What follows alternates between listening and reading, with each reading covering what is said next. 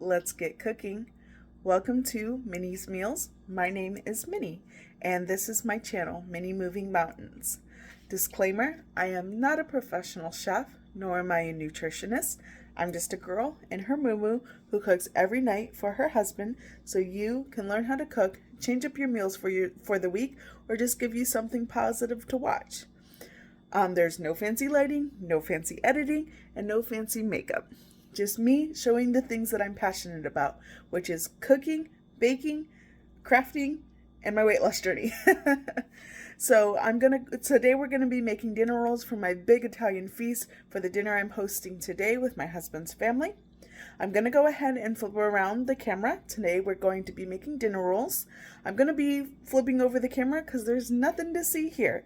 We wanna focus on what's important, which is the food. Remember, I only cook for my husband and I, which is 2 people, but if you have a bigger family than ours, you would double, triple, or quadruple your recipe depending on how big your family is. So let's go ahead and get cooking, and let's move mountains together. So I'm going to turn around the camera, okay? For our dinner rolls, you're going to need 1 cup of milk warmed at 110 degrees. You're going to need 2 tablespoons of sugar. You're going to need 2.5 teaspoons of dry active yeast, 1 egg brought to room temperature, 1 teaspoon of salt, 3.5 cups of all-purpose flour, and 4 tablespoons of butter. First, we're going to microwave our milk. I'm going to microwave it at 45 seconds first, and then temp it, and then go from there. So we're temping it and it's coming under 100 degrees. So I'm going to put it in the microwave for another 15 seconds.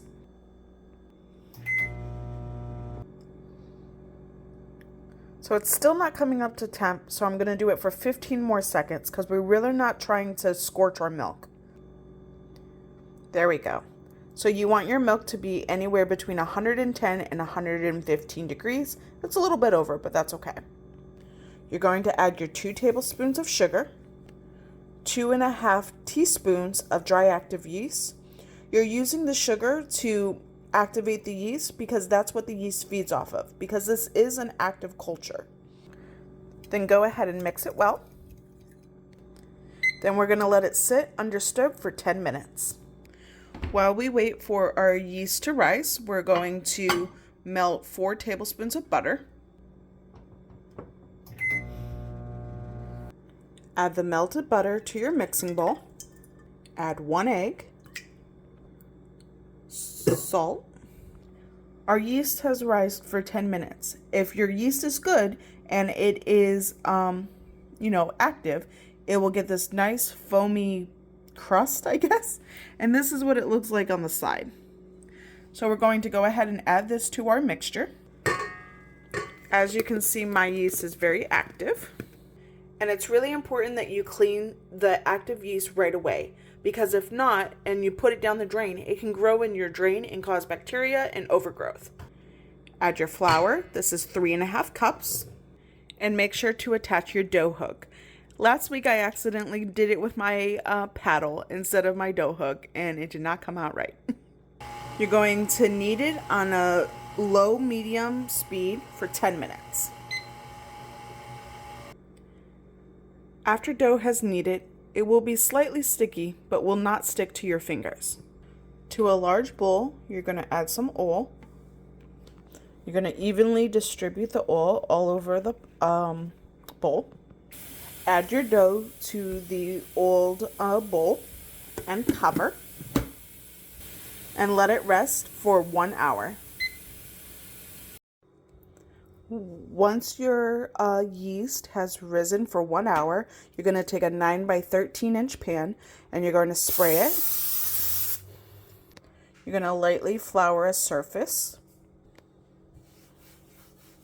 Look how beautiful that rose. So now you're going to punch out the air. Place on your floured surface.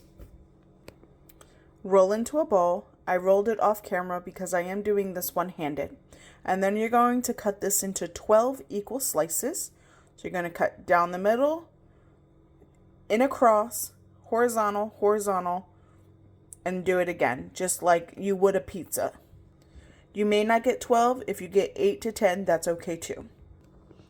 I only got 8, but that's okay. And you're going to roll these into balls. So I'm going to show you how to roll the dough. So you're going to grab it like this, and you're going to go corner to the middle, corner back to the middle, corner back to the middle, last corner, tuck it in, roll the ball.